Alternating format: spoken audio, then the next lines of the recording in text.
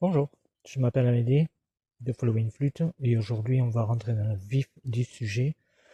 On va voir comment bien apprendre à jouer de la flûte amérindienne. Quels que soient les modèles, les techniques de jeu resteront les mêmes.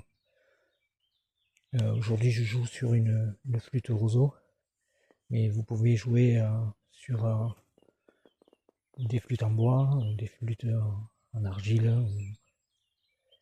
Les techniques resteront toujours les mêmes. La première des choses, c'est je vérifie si mon bloc de bois ou totem est bien positionné. Pas trop en avant, pas trop en arrière. En fait, il faut que le trou du son, c'est-à-dire le trou carré qui est juste là, soit bien dégagé. Donc, vérifiez la position du bloc et vérifiez qu'il soit bien lié, bien maintenu par le lien, qu'il soit en cuir ou en corde ou que sais-je. Voilà, ça prend 3 secondes, mais il faut prendre l'habitude de faire ce petit contrôle tout le temps avant de jouer. La deuxième des choses, c'est bien tenir la flûte. Alors pour les droitiers, pouce en dessous, index, troisième trou, on vient boucher le troisième trou, le majeur, le deuxième trou, et l'annulaire, le premier trou. Voilà. Ensuite, main gauche, pouce en dessous, l'index vient boucher le cinquième trou, le majeur vient boucher le quatrième trou, l'annulaire, vous le placez entre les deux, là où il n'y a pas de trou. Et l'auriculaire, vous le placez sur le côté. Voilà. Ça, cette technique, elle permet de bien lever tous les doigts et de ne pas perdre la flûte, évidemment. Pour les gauchers, ce sera le contraire. Ce sera exactement la même chose, mais le contraire. La main gauche en bas, la main droite en haut. Pour les droitiers, la main droite en bas et la main gauche en haut. Maintenant que vous savez tenir correctement votre flûte et que vous avez, excusez-moi, que vous avez contrôlé votre bloc, vous allez boucher tous les trous et vous allez souffler légèrement jusqu'à ce que vous obteniez la note fondamentale de la flûte claire et stable, comme ceci.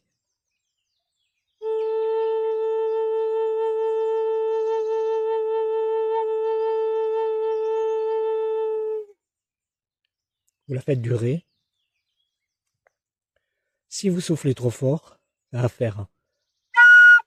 Si vous soufflez pas assez, ça va faire. Ça va pas non plus. Il faudra que vous trouviez le filet qui va vous permettre, le filet d'air qui va vous permettre d'obtenir cette note claire et stable.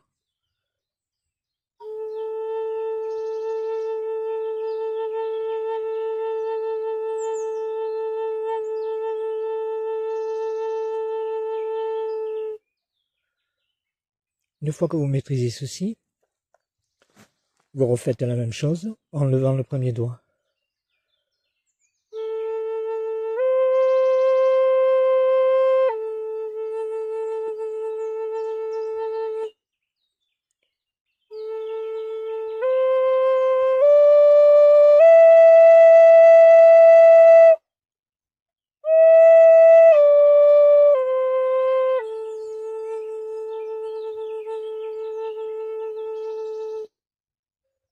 Et puis,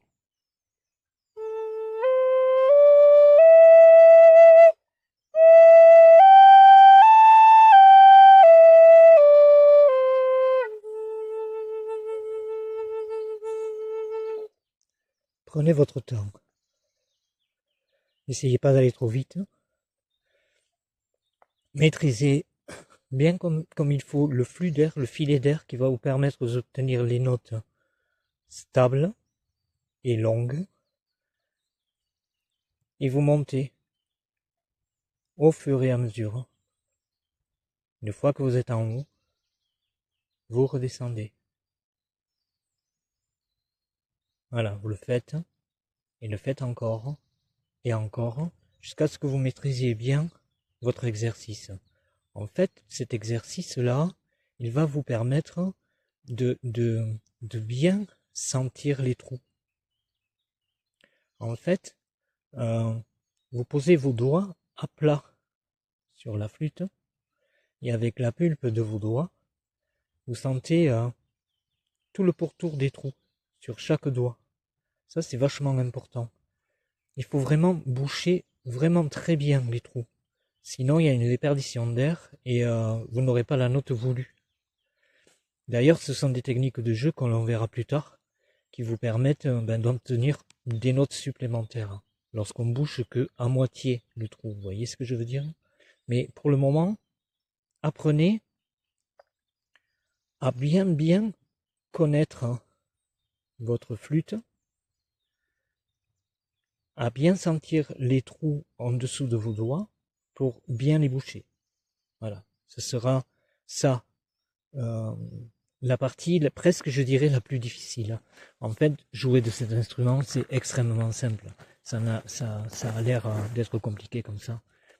Mais vous verrez qu'on s'y fait vite, et au bout d'un quart d'heure, vous maîtriserez complètement votre instrument. Il faut y aller doucement, voilà, et bien comprendre ce qui se passe.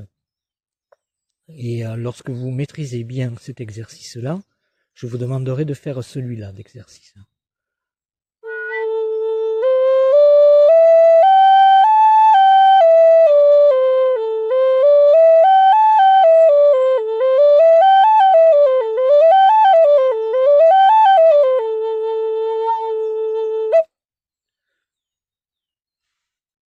Bon, ok.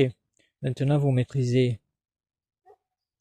la montée et la descente, plus ou moins vite, mais ça aussi, ce sont des exercices qu'il va falloir faire et refaire et refaire et refaire.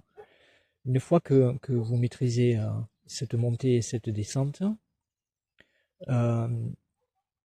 il va falloir intégrer le fait que pour jouer toujours juste, il va falloir toujours respecter ce sens, de bas vers le haut et du haut vers le bas. À un moment donné, vous verrez que vous pouvez commencer du milieu, mais si vous commencez votre morceau au milieu, il va falloir ou descendre pour remonter, ou monter pour redescendre. Les anciens amérindiens avaient pour habitude de dire que jouer de la flûte amérindienne était comme un voyage. Tous les trous bouchés, vous êtes à la maison. Lorsque vous commencez à lever vos doigts, vous éloignez de la maison et commencez votre périple jusqu'à ce que vous arriviez tout à fait en haut. Et une fois que vous êtes arrivé à votre destination, vous rentrez toujours à la maison. C'est une règle fondamentale à respecter. Le fait de monter et de descendre. C'est réellement très important. Si vous placez vos doigts un petit peu n'importe où, vous allez sonner faux. Alors que si vous respectez ce mouvement-là, vous sonnerez toujours juste. Pourquoi? Parce que les flûtes amérindiennes sont conçues, fabriquées sur les gammes pentatoniques mineures. C'est ce qui permet d'avoir cette justesse de jeu. Par exemple, cette flûte-là, elle est en La. Et donc, les notes que cette flûte donne seront les notes figurant sur la gamme pentatonique mineure de La. Donc, lorsque vous jouez votre fondamental, c'est-à-dire tous les trous bien bouchés, vous obtenez cette note. C'est un La.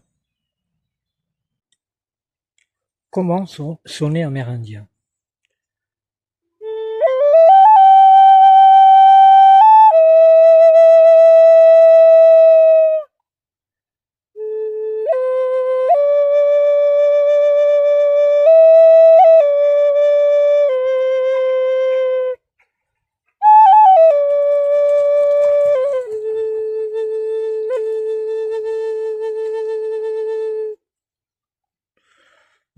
pouvez constater que dans la musique amérindienne, il y a des notes qui sont longues et des notes qui sont très très courtes, et on les obtient en faisant ce petit mouvement comme ça. Vous voyez?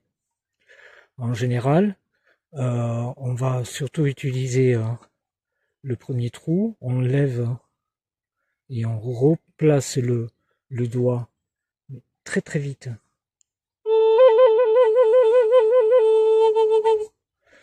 Et le quatrième aussi.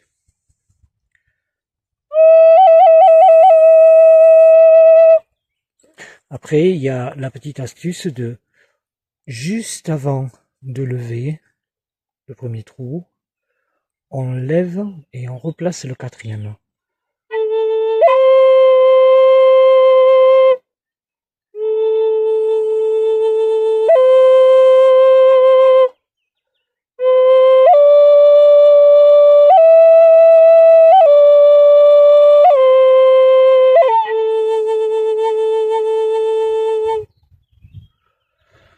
Voilà. Alors ça aussi, il faut prendre son temps, essayer, faire, refaire, refaire encore, y aller doucement. Le conseil que je peux vous donner, c'est essayer de trouver 10 minutes dans la journée pour jouer sur votre flûte.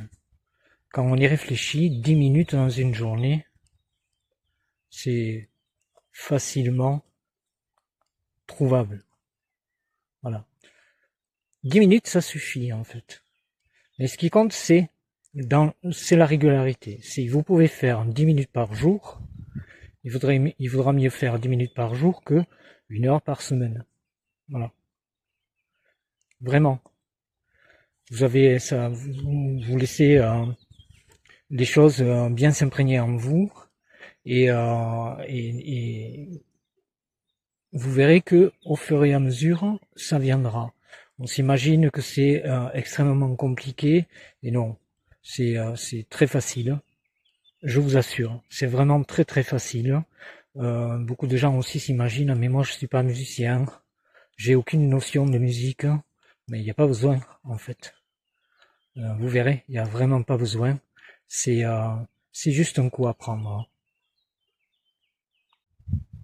Voilà, j'espère que cette vidéo va vous permettre d'avancer dans votre apprentissage. Je ferai d'autres vidéos sur comment jouer de la flûte amérindienne. On parlera des effets, on parlera de la façon dont on peut faire des pas et des mâts pour essayer de varier un petit peu les effets de votre jeu. Alors faites bien attention avec les effets, trop d'effets tue l'effet. Voilà. Les effets, on en rajoute avec parcimonie pour essayer d'embellir, pour essayer de mettre en valeur. Pas faire des effets pour faire des effets. Voilà, tout dépend de la sensibilité du moment. Voilà. Sur cette chaîne, je reviendrai aussi avec d'autres vidéos pour vous expliquer le fonctionnement de la flûte, qu'est-ce qu'il y a en dessous, le passage de l'air, ça c'est important que vous sachiez comment ça fonctionne, parce que lorsqu'on joue, on arrive à visualiser ce trajet de l'air, et ça aide beaucoup, vous verrez. Enfin bon, voilà. Si vous venez régulièrement sur cette chaîne, vous pourrez bénéficier de toutes les vidéos qui vont bientôt arriver. Je vous remercie et à très bientôt. Au revoir.